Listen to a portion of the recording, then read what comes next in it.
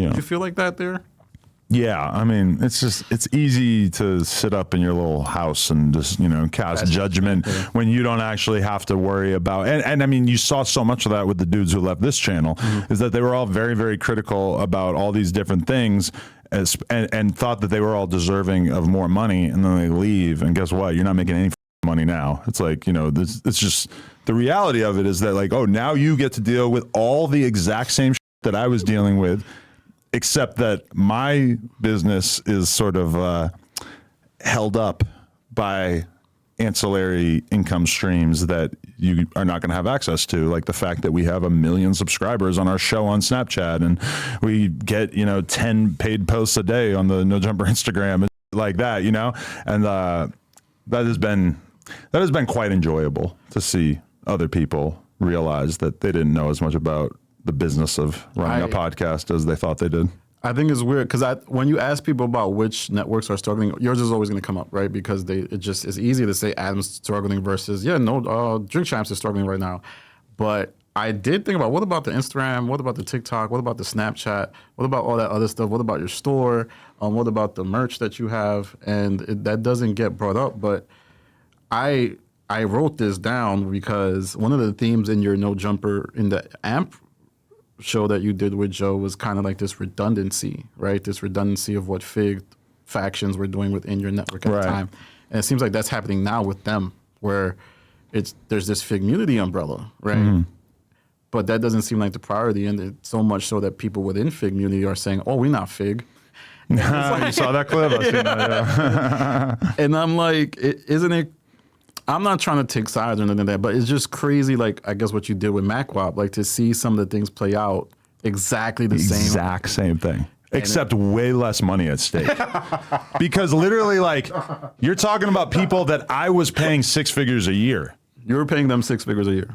In some cases, like maybe not. They make it seem like you was paying them. Maybe not after taxes, yeah. Okay. No, but I mean, like, they have, like, made statements about how bad they were getting paid, and then literally do an episode like the next week and just acknowledge that it wasn't actually that bad. Because the thing is that most of the people who left don't pay anyone, or they pay like one guy. I got a whole fucking staff here to be able to support us doing different content all day. Yeah. And I mean, that's just, in a way, it's like they behaved like a bunch of people at their first job, and they probably would never, if they were given another opportunity, if there was an exact clone of No Jumper that offered them the same exact opportunity that I offered them, they probably would handle it much, much differently going forward. And if they didn't have so much pride caught up in it, they would probably just be like asking to come back.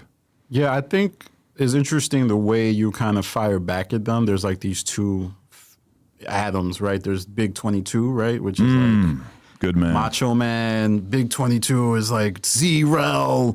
And then there's Adam, which is, all right, the business was like this and that, this and this and that. And we see the ads. You were also allowed to do your respective shows, and you were able to double dip, right? And I feel like when you do that, it's very interesting to me, because that's the part that probably stings. But you want to know what is there's like podcast Adam, and then there's like short form Adam, like yelling into the fucking phone in the yard.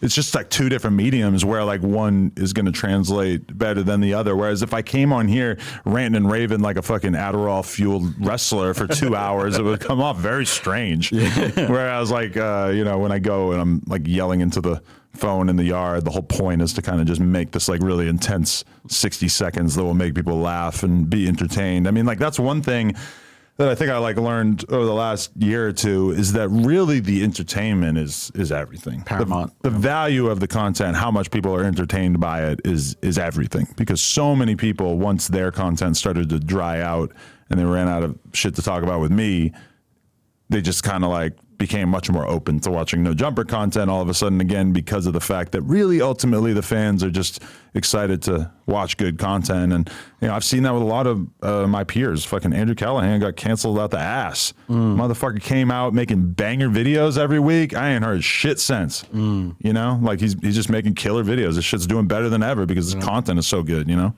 Yeah, I think there's a certain feeling you get when a creator that you respect drops a video. Like, it feels like a blanket, like when you're just watching that. And I think there's some people that can't replicate that. And I think your vision with navigating away from lives, right, is probably reflective of that. Like a live sometimes doesn't feel like appointment viewing in the way that something prepackaged does. Honestly, though, the problem with the live thing is that you can make a pretty good amount of money on YouTube if you drop the content edited with the swears removed, and and we still do some live content, but it's really rolling the dice in terms of like if you'll get monetized or not. And the rates that we were getting during the pandemic and the live content was just paying way better. I mean, that just hugely impacted my decision. I used to want to have people live all fucking day. Like, we got to figure out something that they could be doing live here all day long. And then as time goes by, that really kind of fizzled out. Yeah. Which I don't think is exclusive to us. But in general, live is very much like, it creates a very engaging experience with the user, but then at the same time, it's really not great for building a business, Unless that's what you do. I mean, look at Aiden Ross. I mean, his whole business is based around being live. It wouldn't make any fucking sense if it wasn't live. Yeah, I think that's why when you were having your issues, I was like, yeah, I feel like Adam's right about the live stuff. Do you watch shit live? No, me neither, really. I don't care. Because I want to watch the clips after the fact, or even if not, it's like, if it's a 2-hour podcast, I'm perfectly happy to watch it at 10 p.m. versus 6 p.m. when it's live. Like, it just doesn't really, I'm not going to talk about it the instant it comes out anyway. It's like, as long as I watch it before I might comment on it, then that's fine. Yeah. I don't know, man. I have so much stuff like I've been wanting to ask you. We have probably 25 minutes before Whack 100 storms in here and cleans the table, just to put it in perspective. Shout out to Whack. I'm going to ask these questions. Did you and Flip have any type of interaction? Not that I know of. I don't think I ever have spoken to him. I think I DM'd him at one point when I watched one of your videos saying that there was trouble in paradise, and I said, hey, how much are they paying you? And then he didn't respond. Because Flip references somebody like coming to him and asking, like, giving him a deal or like trying to get him away from the JVP. And I've always felt like you could have been that guy, because when they talk about you on the show, he's often very kind and treats you with kid gloves versus the rest of the cast who calls you a piece of crap. Really? That's very good to know. I do like Queen's Flip, but no, our conversation, I think I DM'd him and said, what are they paying you? And then he didn't respond. Also, Whack is about to be 20 minutes later than I suggested. So. Oh, so I got. That's pretty good. Okay. Well, I come to do the science. Yeah. So it's interesting to hear you say that. Now I'm wondering, like, maybe if that was positioned as you making an offer in some ways, because asking someone what they make could look like that. He could be exaggerating because of the fact that, acting as if you have a bunch of deals on the table is probably beneficial to your bargaining position. But I also would assume that he's probably gotten like more substantial. To be real, he didn't say you reached out. I just thought that you did because of the way he talks about you is different. And he probably just recognizes that I'm a real one because he's a real one. He's been fighting people in the street in these skits for all these years. I don't know. Yeah. We're different types of real ones. You're different types of real probably ones. Fair to say. Definitely. I also wanted to ask, does it feel weird to have other people attack your business when it kind of seems like your business is uniquely positioned in a way to survive all of like the adpocalypse that's coming for the podcast industry in this space? I feel like Joe's more positioned to be able to survive a Holocaust business-wise. I don't know. Is that true? Because I feel like I've always heard he makes a shitload from Patreon. So that will make your business very resilient, right? But then it's also really hinging on the fans. Our Patreon certainly took a hit when those dudes left.